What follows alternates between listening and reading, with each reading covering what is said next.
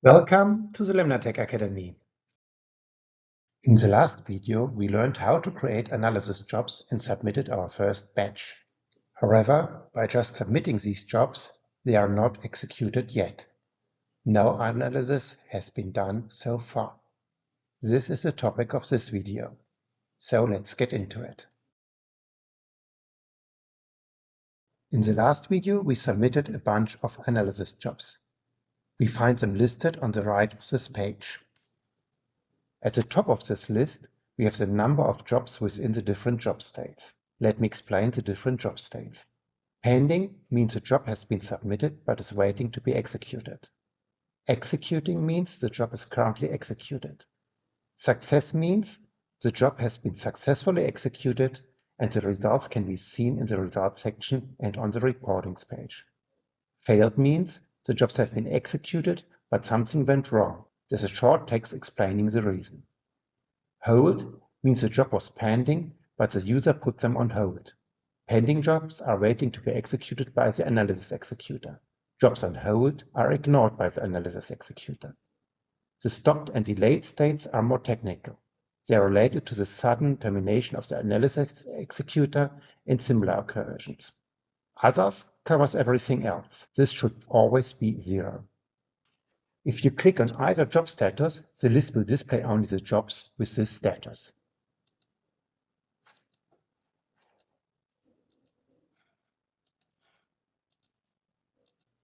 You can sort this list by any column.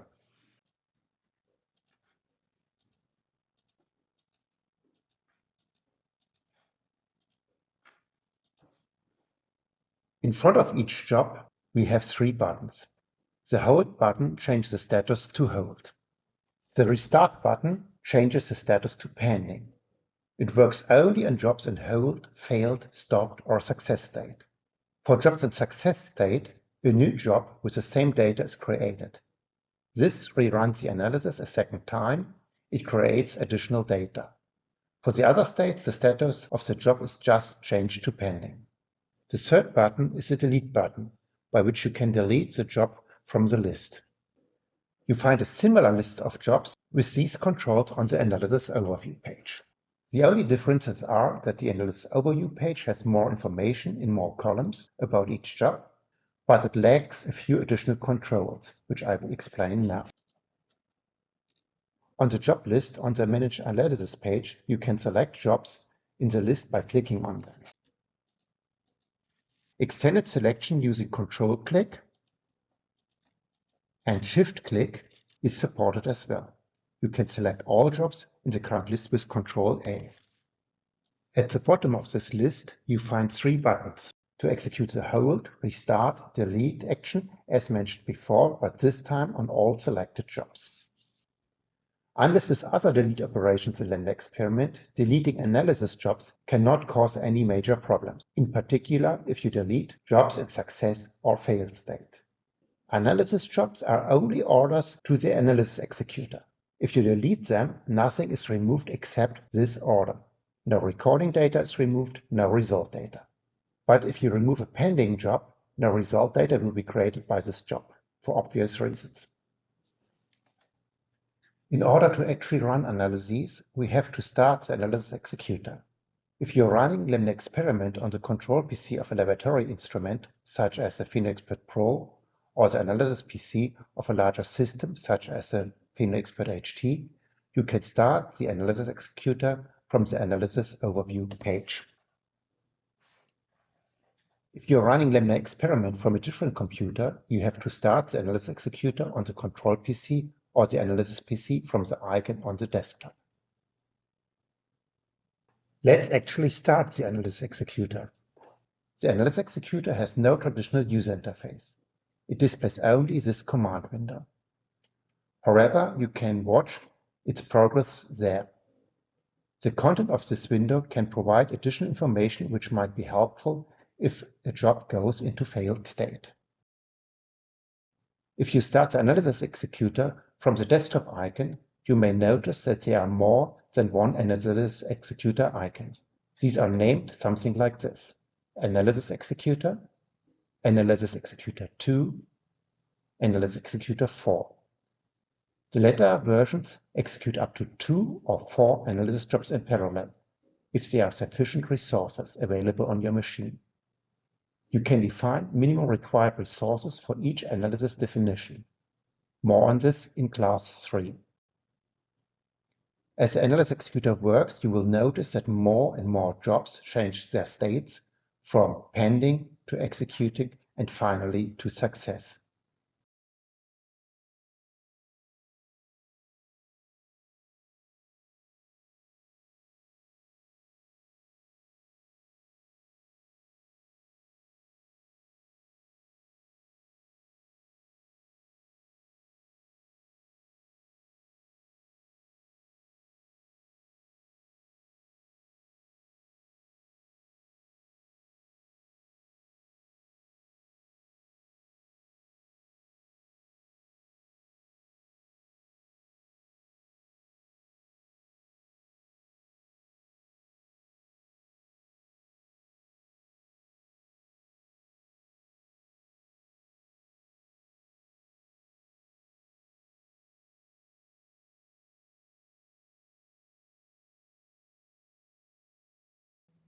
You can leave the Analysis Executor running for some time. If there are no jobs available, it will not consume any significant resources.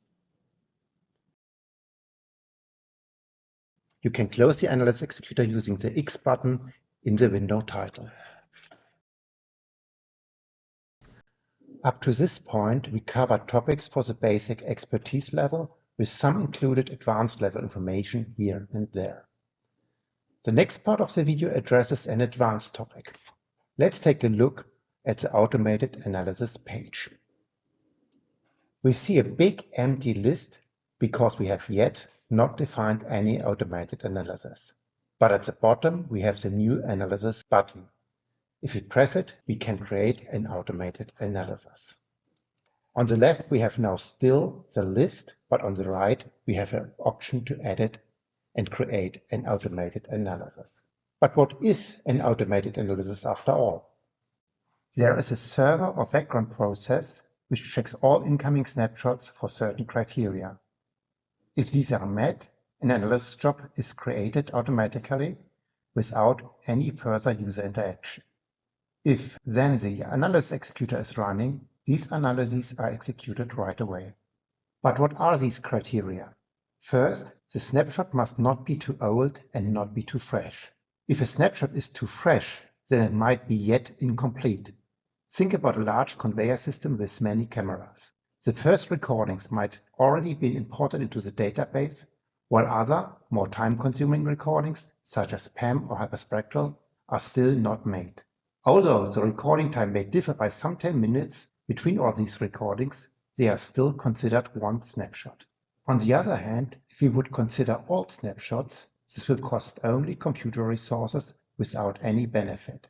These older snapshots should have been processed a long time ago. You set this time window with the snapshot range controls. The other criteria are defined by filters that resemble the Manage Analysis Jobs page.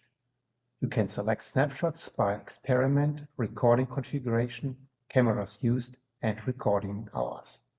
There's one more hidden filter: snapshots which have already been analyzed by the selected analysis definition, and snapshots which have already an analysis job using the selected analysis definition are ignored. We will not create any additional analysis job using the selected analysis definition. As said before, for all snapshots matching these criteria, an analysis job is created to be executed by the Analysis Executor. The order in which the automated analysis rules are checked is determined by the priority you assign to them. This goes from the lowest priority value 0 to the highest priority value 100. In order to identify the different automated analyses, they need to have a name, which you can enter at the top of this dialog. Let me give you an example for some simple automated analysis rule. We want to automatically analyze new snapshots in the MTP Uni-01 experiment using the infection analysis definition. Once an automated analysis rule is complete, it appears in the list of automated analyses. In this list, you can activate and deactivate the rules using the Start and Hold buttons. This is the end of our two-part series on starting analyses. I hope you know now how to start and manage analyses using predefined analysis definitions. In the next video, we will have a look on the results section. See you there.